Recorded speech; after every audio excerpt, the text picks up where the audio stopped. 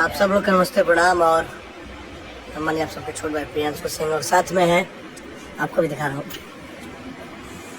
और हम लोगों का कल सुबह एक गाना आ रहा है SSB रिकॉर्ड से। कितने बजे आ रहा है? 9:45। 9:45 पे। इस गाने का टाइटल क्या है?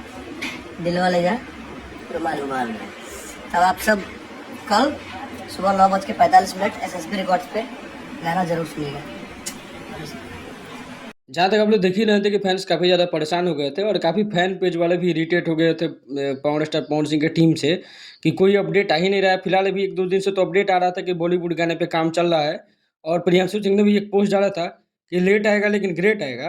तो उसके बाद जो है अभी पावर स्टार लाइव आए थे प्रियांशु सिंह के इंस्टाग्राम चैनल पे ही, तो उन्होंने बहुत सारी बातें बताई कि कल 9:45 में गाने का पोस्टर आ रहा है और गाने का नाम भी बताया।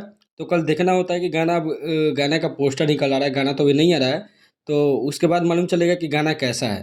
बाकी बात कर लेते हैं पावर स्टार पवन सिंह का। तो अभी ना उनके स्टेज शो आ रहे थे, ना उनके गाने आ रहे थे, ना उनका कोई प्रोग्राम आ रहा था बाकी एक्टर्स के मुकाबले। तो फैन थोड़े नाराज़ हो गए थे।